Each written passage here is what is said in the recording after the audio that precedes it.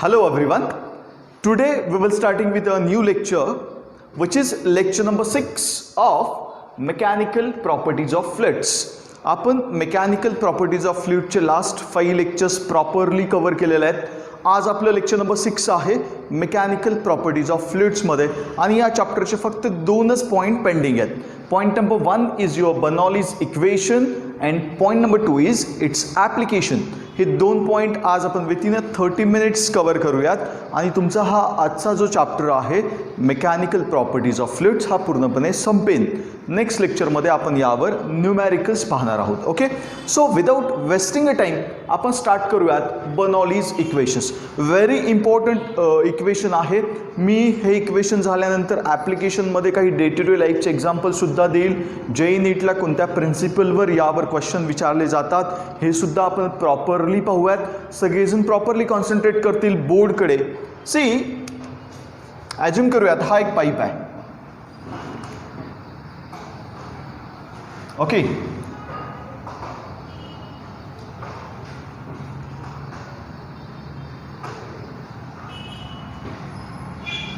हा एक पाईप आहे. सगळ्यांना दिसतं व्यवस्थित प्रॉपरली? Hope so. बोर्डवर व्यवस्थित क्लिअर दिसत असेल.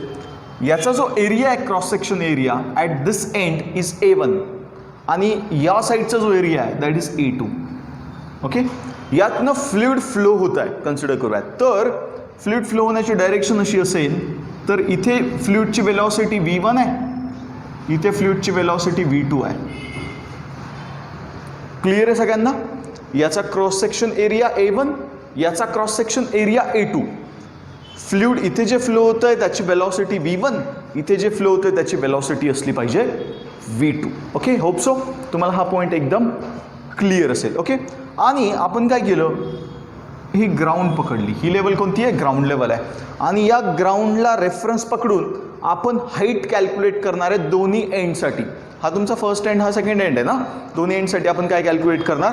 हाईट आपण कॅल्क्युलेट करूयात. ओके, सी गाईज, ही वाली जी हाईट आहे तुमची फर्स्ट एंडला म्हणजे एरिया A1 साठी विच इज H1 आपण कन्सिडर केली आणि this height will be H2.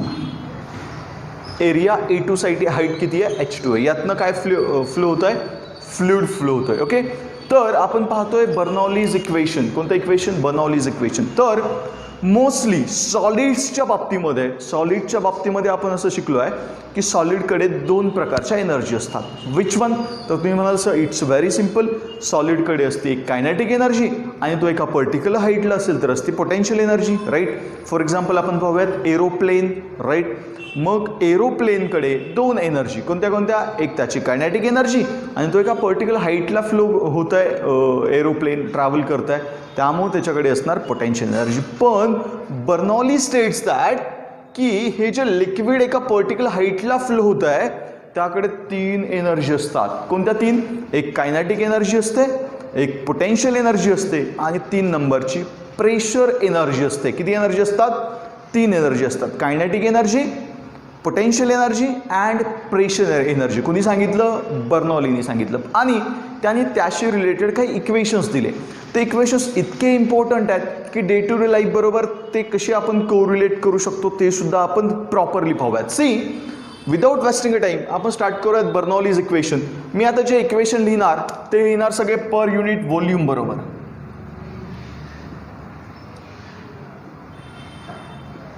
Equation कसे लिहिणार आपण? Per unit volume. ओके, तर आपण या एरिया A1 साठी जे फ्लुइड फ्लो होते V1 वेलॉसिटीनी त्याशी कायनेटिक एनर्जी म्हणजे KE1. राईट ना? Kinetic energy at first surface. इथे फर्स्ट एरिया, इथे जर कायनेटिक एनर्जी कॅल्क्युलेट करायचा विचार केला तर ती असेल 1/2 m इंटू V1चा स्क्वेअर. राईट ना? 1/2 इंटू m इंटू V1चा स्क्वेअर बिकॉज इथे वेलॉसिटी V1 आहे.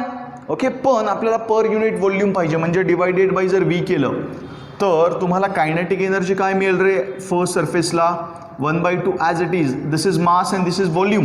राईट ना? So mass over volume is nothing but density. So मी डेन्सिटी लिहिलं आणि हा V1चा स्क्वेअर ॲज इट इज लिहिला.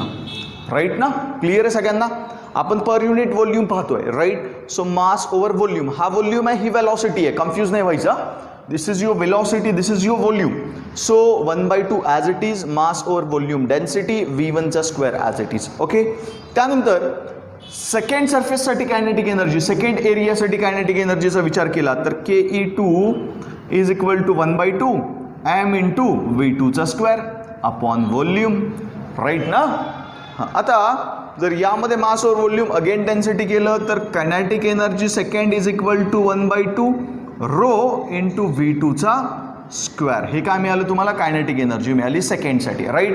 इथे फर्स्टची पण कॅल्क्युलेट केली, सेकंडची पण कॅल्क्युलेट केली. आता मी जर तुम्हाला असं क्वेश्चन विचारला what is the change in kinetic energy, तुम्ही मला sir it's very simple. Change in kinetic energy is nothing but delta Ke, right, is equal to Ke2 minus Ke1. Right. That's why delta Ke is equal to Ke2चा formula काय रे? Ke2 हा वाला आहे 1/2 m V2चा स्क्वेअर. Right. Minus as it is Ke1, इथे दिसतोय Ke1 1/2 रो V1चा स्क्वेअर. इथे पण रो आहे हा रो. ओके. सो हा मिळाला तुम्हाला चेंज इन कायनेटिक एनर्जीचा फॉर्म्युला. पण बर्नौली म्हटलं एकच एनर्जी नाही आहे, 3 एनर्जी आहेत या पर्टिक्युलर लिक्विडला. कोणती कोणती? एक कायनेटिक, एक तुमची पोटेन्शियल आणि तिसरी प्रेशर. आत्ताशिक आपण कायनेटिक एनर्जी चेंज कॅल्क्युलेट केला. आता आपण काय चेंज कॅल्क्युलेट करूयात? पोटेन्शियल एनर्जीचा. मग सगळ्यात आधी potential energy at first surface. या फर्स्ट सरफेससाठी पोटेन्शियल एनर्जीचा विचार केला तर पोटेन्शियल एनर्जीचा फॉर्म्युला असतो mg/h. पण हाईट कोणती आहे इथे? h1 आहे. So it should be h1. पण आपण पाहतोय पर युनिट व्हॉल्यूम म्हणजे डिवायडेड बाय व्हॉल्यूम केलं. Right. Again mass over volume is nothing but density. So potential energy first is equal to rho into g into h1. फर्स्टवाली potential energy मिळाली. Right. एकदम simple logic. Step by step जातोय आपण. यामध्ये काही मोठं rocket science नाही दिसत आहे मला, एकदम सिम्पल आहे. ओके. सी, फर्स्ट सरफेसला पोटेन्शियल एनर्जी मिळाली फर्स्ट एरियाची. सेकंड एरियासाठी पोटेन्शियल एनर्जी आपण पाहूयात काय बनेल. Pe2 is equal to mgh2. Right. Per unit व्हॉल्यूमसाठी खाली V लिहिला. राईट. डिनॉमिनेटरला. So again mass over volume is nothing but density. So Pe2 is equal to rho into g into h2. काय मिळाला? Potential energy at second area. या एरियामधनं जे काही लिक्विड फ्लो होत आहे, फ्लुइड फ्लो होत आहे, त्यासाठी पोटेन्शियल एनर्जी आपल्याला मिळाली. अगेन मी तुम्हाला क्वेश्चन विचारला what is the change in potential energy. तुम्हाला sir it's very simple because change in potential energy is delta Pe. So delta P is nothing but Pe2 minus Pe1. Right. So delta Pe is equal to Pe2 किती आहे रे? Pe2 आहे row GH2 minus of. त्यानंतर Pe1 आहे. Pe1 कोणती आहे? Row GH1. काय मिळाला? Change in potential energy मिळाली. कोणती एनर्जी मिळाली? चेंज इन पोटेन्शियल एनर्जी मिळाली. सी गाईज, सगळ्यात महत्त्वाचा पॉईंट मी तुम्हाला आता इथे कव्हर करणार आहे. आपण 2 एनर्जीज पाहिल्या. कोणत्या कोणत्या? कायनेटिक एनर्जी पाहिली, पोटेन्शियल एनर्जी सुद्धा पाहिली. राईट. दोघांचा चेंज कॅल्क्युलेट केला. Change in kinetic energy, change in potential energy. See, आता यावर प्रेशर सुद्धा आहे. प्रेशर कसं आहे पहा. इथलं जे प्रेशर आहे एअरचं, ते एअरचं प्रेशरला मी P1 म्हटलं. काय म्हटलं? P1. या एअरनी या फ्लुइडवर प्रेशर अप्लाय केलं. राईट ना. समजून घ्या कॉन्सेप्ट. तुमचं फ्लुइड या डायरेक्शननी फ्लो होतं आहे. सो इथे बाहेर जे एअर प्रेशर असेल किंवा जे कोणतं प्रेशर असेल ते प्रेशर फ्लुइडवर अप्लाय होतं आहे आणि इथनं फ्लुइड बाहेर येत आहे. दॅट मीन्स इथलं जर प्रेशर आपण P2 कन्सिडर केलं तर हे फ्लुइड जे बाहेर येत आहे ते बाहेरच्या एअरवर प्रेशर अप्लाय करत आहे. R waiting my point. C guys, इथनं फ्लुइड आतमध्ये जाते म्हणजे इथलं प्रेशर जे आहे ते फ्लुइडवर अप्लाय होतं आहे.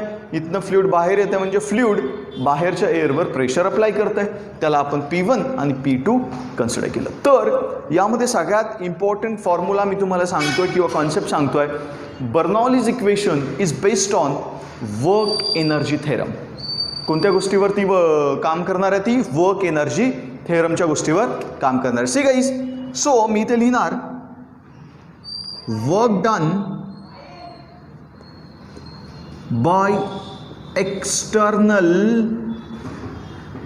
प्रेशर. काय लिहिलं मी? Work done by external pressure. हे P1 आणि P2 जे एक्सटर्नल प्रेशर आहे त्याने वर्क डन किती केलं? इथनं फोर्स अप्लाय केलं फ्लुइडवर, इकडनं फ्लुइडने अप्लाय केलं एअरवर. So work done is equal to P1 minus P2. This is your work done, right now? P1 minus P2 is your work done, right? So according to the work energy theorem, hope so इकडचं पण clear असेल बोर्डमध्ये. Work energy theorem, work done is exactly equal to change in energy. काय लिहिलं मी? According to work energy theorem, work done is exactly equal to change in energy, right? तर work done किती आहे आपलं? वर्क डन आहे P1 minus of P2 is equal to, may be बोर्डमध्ये clear दिसणार नाही त्यामुळे मी हे रफ करतो. आपलं डेरिव्हेशन थोडं मोठं आहे सो मी इथे लिहितो. इकडचं नक्कीच क्लिअर असेल तुम्हाला. See guys, work done is exactly equal to change in energy. So work डनचा फॉर्म्युला मी लिहिला आहे P1 minus P2 is equal to change in energy. Change in energy कोणत्या आहेत? दोन आहेत. एक काय चेंज इन कायनेटिक आणि चेंज इन पोटेन्शियल, राईट ना? सो दोघांना आपण कंबाईन करूयात. कायनेटिकसाठी काय लिहिणार पहा. कायनेटिकसाठी लिहिणार 1/2 रो V2चा स्क्वेअर मायनस 1/2 रो V1चा स्क्वेअर. काय बनला? कायनेटिक एनर्जीचा चेंज लिहिला. आता पोटेन्शियल एनर्जीचा चेंज लिहूयात. प्लस पोटेन्शियल एनर्जीमध्ये चेंज किती मिळेल? Rho GH2 minus rho GH1, right ना? Change in energy kinetic plus potential, that is your change in total energy, right ना? आता पहा, आपण हे सगळ्या मायनसच्या टर्म LHSला घेऊयात. हा P1 as it is, he minus term इकडे आल्यानंतर प्लस बनेल. प्लस 1/2 रो V1चा स्क्वेअर, इकडं ही टर्म मायनस इकडे आल्यानंतर प्लस बनेल. Plus rho GH1, right? Equal to as it is. हा मायनस P2 इकडे आल्यानंतर प्लस P2 बनला. ही टर्म ॲज इट इज लिहिणार आपण तिथेच RHSला 1/2 रो V2चा स्क्वेअर, आणि ही टर्म सुद्धा as it is rho GH2. And this is known as your Bernoulli's equation. That's it. एकदम सिम्पल लँग्वेजमध्ये तुम्हाला सांगितलं. आपण काय केलं? एक डायग्राम पाहिली, त्या डायग्रामशी रिलेटेड पर युनिटच्या व्हॉल्यूममध्ये इक्वेशन लिहिले. Kinetic energy first area, second एरियाची कायनेटिक एनर्जी लिहिली, सेकंड एरियामधनं फ्लो होणाऱ्या लिक्विडची कायनेटिक एनर्जी लिहिली, फ्लुइडची.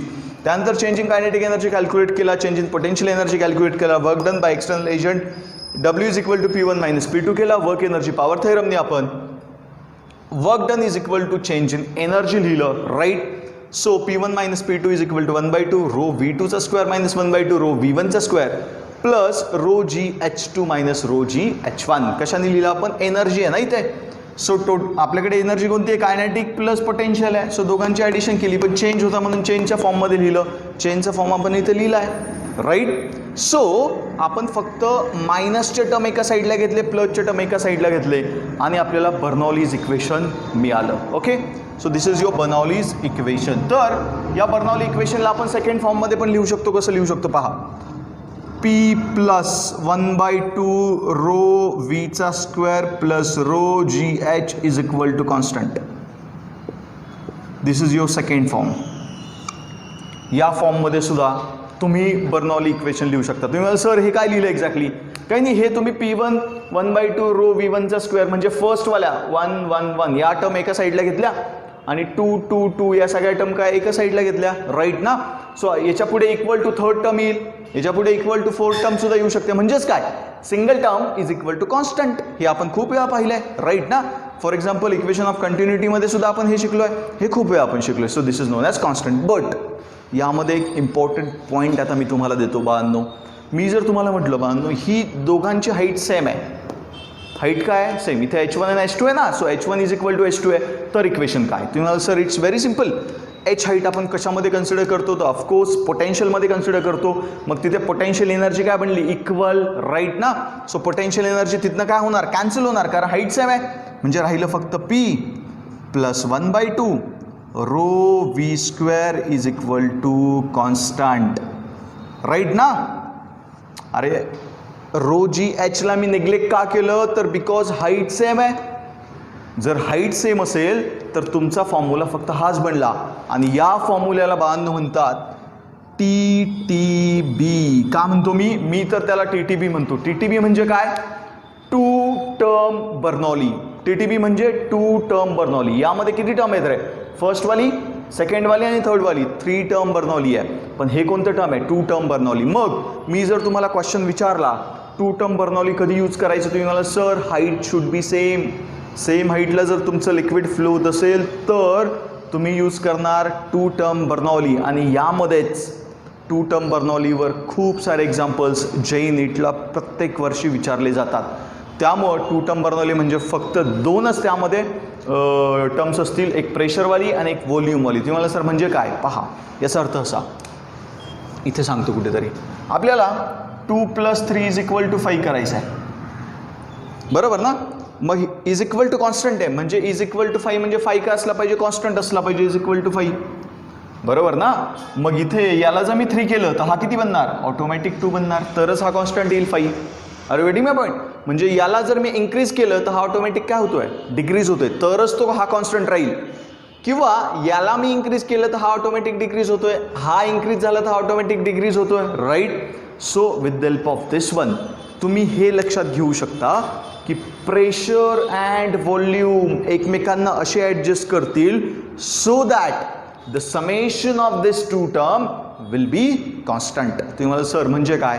म्हणजे मी तुम्हाला थोडं प्रॉपर लँग्वेजमध्ये सांगतो. फक्त आपल्याला त्यांचं म्हणणं असं आहे की इज इक्वल टू समेशन काय आलं पाहिजे? कॉन्स्टंट. त्यामुळे प्रेशर आणि व्हॉल्यूम एकमेकांना ॲडजस्ट करतील, इज इक्वल टू कॉन्स्टंट आलं पाहिजे. त्यामुळे या 2 टर्म एकमेकांना ॲडजस्ट करतात. आधी 2 + 3 5 होता, आता 2 मध्ये एक ॲड झाला तर 3 मधनं एक सबट्रॅक्ट झाला, एकमेकांना ॲडजस्ट केला आणि काय बनला?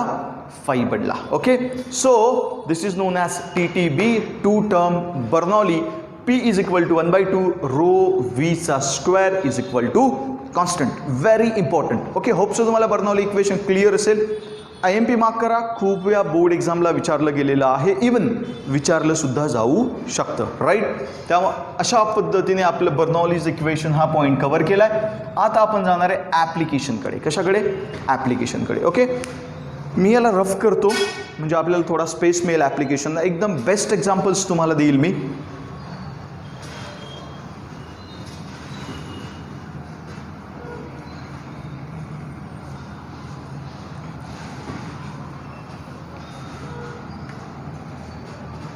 सी गाईज, आपण फर्स्टवालं एक्झाम्पल पाहिलं.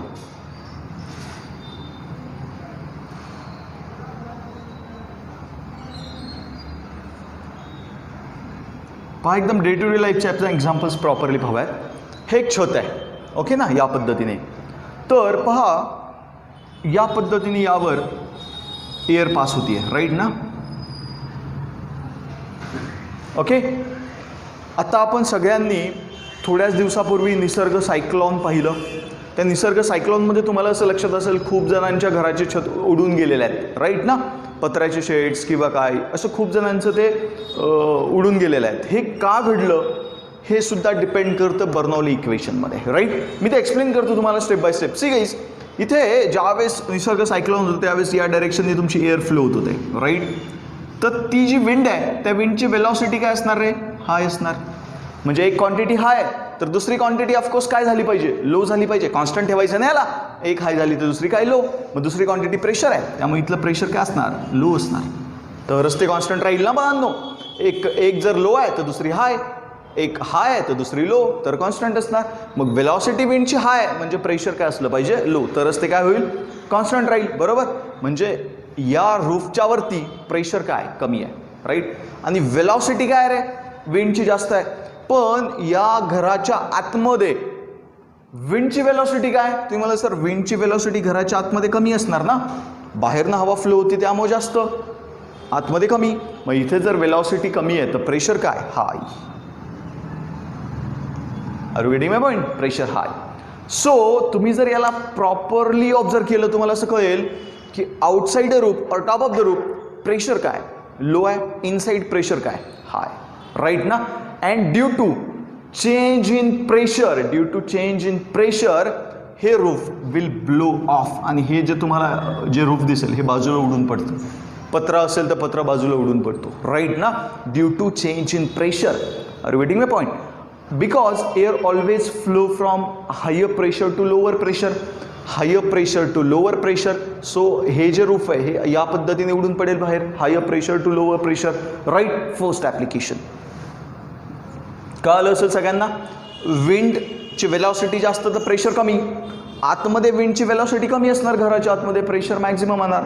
बर्नौलीने सांगितलं आपल्याला या दोन टर्म TTB नुसार हे कशावर वर्क करणार आहे बाबांनो, हे TTB वर वर्क करणार, टू टर्म बर्नौलीवर. राईट ना, ते कॉन्स्टंट ठेवायचं आहे. सो कॉन्स्टंट ठेवण्यासाठी हे एकमेकांना ॲडजस्ट करतात.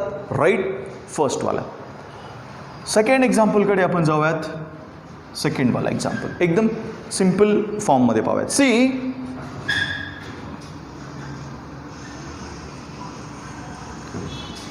ही तुमच्या एरोप्लेनची विंग आहे. विंग्स असतात ना एरोप्लेनच्या. ओके, मी आपण त्याला या क्रॉस व्ह्यूनी पाहतोय प्रॉपरली. ओके, तर ज्यावेळेस एरोप्लेन फ्लाय करतं त्यावेळेस एरोप्लेन फ्लाय होतंय आणि या विंग्सवर या पद्धतीने एअर आहे, विंड आहे.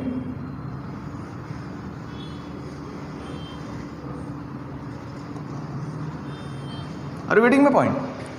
या, टर्ब्युलंट फ्लो नाही आहे, हा स्ट्रीमलाईन फ्लो आहे. राईट, टर्ब्युलंट असेल तर फ्लाईट आपण सगळ्या कॅन्सल करतो, हे मी तुम्हाला ऑलरेडी सांगितलं. राईट, तर तुम्ही मला सांगा हे दोघं स्ट्रीमलाईन आहेत. हे सगळे जे काही वेंट्स दिसत आहेत तुम्हाला, हा पूर्ण हा स्ट्रीमलाईन फ्लो आहे आणि यांना स्ट्रीमलाईनमध्येच राहायचं आहे.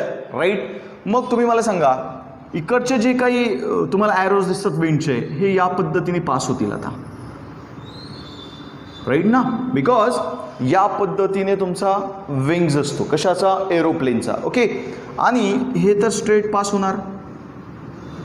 राईट, पण जे वरतून पास होतात त्यांना मॅक्झिमम डिस्टन्स कव्हर करायचं आहे आणि हे डायरेक्ट पास होणार त्यांना काय, मिनिमम डिस्टन्स कव्हर करायचे. जर त्यांनी एकमेकां रिलेटेड वेलॉसिटी सेम ठेवली तर हे पुढे जातील, हे मागे राहतील. बिकॉज यांचं डिस्टन्स जास्त आहे, यांचं डिस्टन्स कमी आहे. राईट, पण त्यांना स्ट्रीमलाईन फ्लो मेंटेन करायचं आहे. म्हणजे या पॉईंटला त्यांना ॲज इट इज जसे पहिले होते तसंच राहायचं आहे. मग काय करावं लागेल रे? ऑफकोर्स असं करावं लागेल की या पर्टिक्युलर कंडिशनमध्ये यांना वेलॉसिटी जी आहे ती इन्क्रीज करावं लागेल. वेलॉसिटी काय करावं लागेल? इन्क्रीज, बिकॉज यांना जास्त डिस्टन्स कव्हर करायचं आहे, मग फास्ट पळावं लागेल. आणि यांना काय करावं लागेल? यांची वेलॉसिटी डिक्रीज करावं लागेल, बिकॉज यांचा डिस्टन्स कमी आहे, ते स्लो पळतील. आणि ह्या फेनॉमेना त्यांनी फॉलो केला तर पुढे जाऊन ते परत एकदा काय असतील, स्ट्रीममध्येच असतील, like this. Are you getting my point? मग तुम्ही मला सांगा बांधनो, इथे वेलॉसिटी जास्त आहे म्हणजे प्रेशर काय असणार? कमी. राईट ना, इथे वेलॉसिटी कमी आहे म्हणजे प्रेशर काय? जास्त.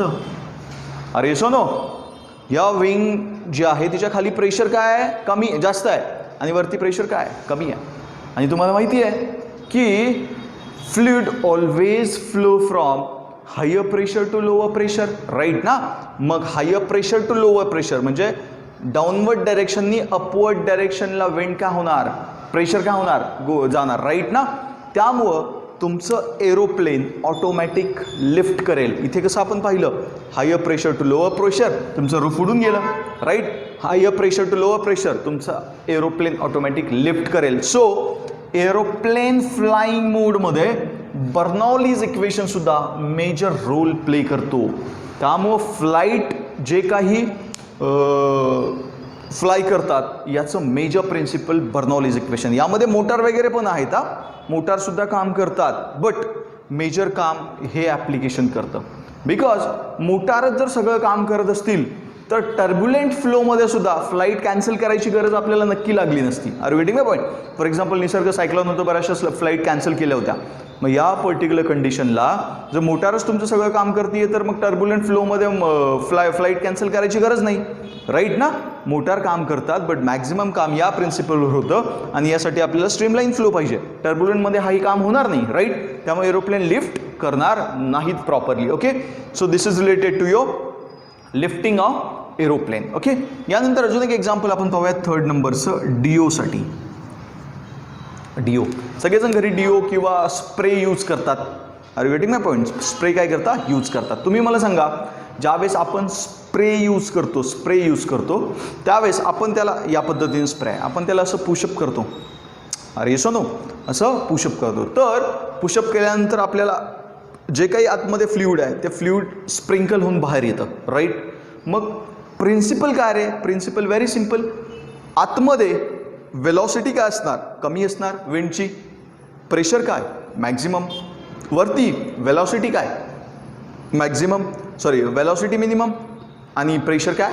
Maximum. Are waiting my point? मी हवं तर तुम्हाला थोडं व्यवस्थित इथे ड्रॉ करून दाखवतो म्हणजे तुम्हाला प्रॉपरली कळेल.